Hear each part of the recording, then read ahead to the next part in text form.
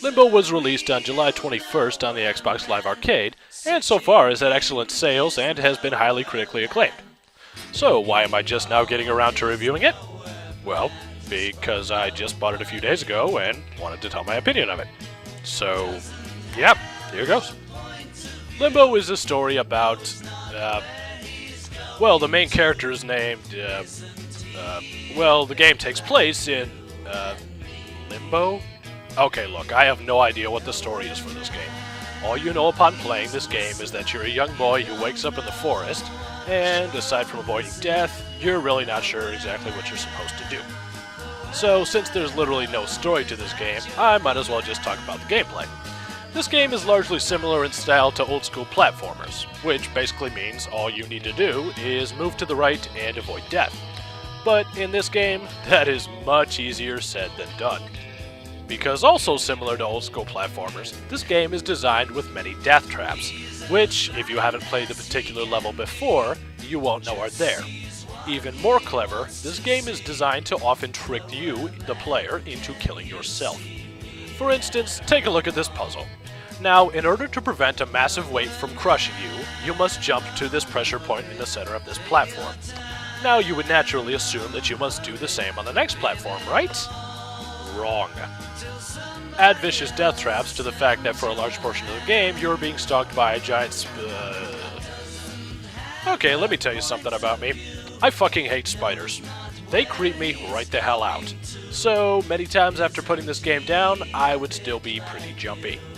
But my arachnophobia aside, how does this game hold up from a technical standpoint? Well, I guess it's time for the actual reviewing. As far as gameplay goes, well, take a look. Yep, 2 buttons and a joystick. So all you really do in this game is just move, jump, or interact with objects such as levers or crates in order to solve puzzles and move on to the next area. These puzzles involve avoiding death traps, reversing gravity, and much, much more. In fact, I would dare say that some of these puzzles are on par with some great newer puzzle games like Braid or Portal. And now for the graphics. Now, in case you haven't figured it out yet, this game is completely monochromatic. Yep, just black, white, and shades of gray. Now, despite the lack of color, the graphics themselves are basic, but they do have a nice clean look to them, and they are pretty good. The only problem as far as the graphics go is that since everything is in black and white, it can at times be impossible to see some of the death traps. However, knowing the difficulty and design of this game, that was probably intentional. And now for the problems.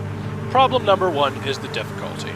Now, if you're used to playing old school style platformers, then you should feel right at home in dealing with the constant death traps. And trust me, you will die. Again, and again, and again, and again. But not to worry. You have an infinite amount of continues, and the checkpoints are at convenient locations. Now, along with these traps, some of the puzzles can be very difficult to figure out, leaving you staring at your TV, scratching your head for the better part of an hour.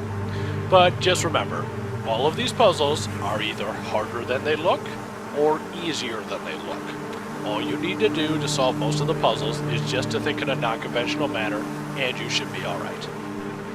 The second problem is the controls. Now, for the most part, this really isn't an issue, but occasionally the jumping mechanics can be a bit stiff, and if you know anything about any platform, that is the last thing you need. And the final issue about the game is the price. This game can be bought off the Xbox Live Arcade for 1,200 points, or about $15. Now, that's not too expensive, but this game's campaign is really only around 6 hours long. But hey, at least you're paying $15 for a 6-hour-long campaign, and not 60.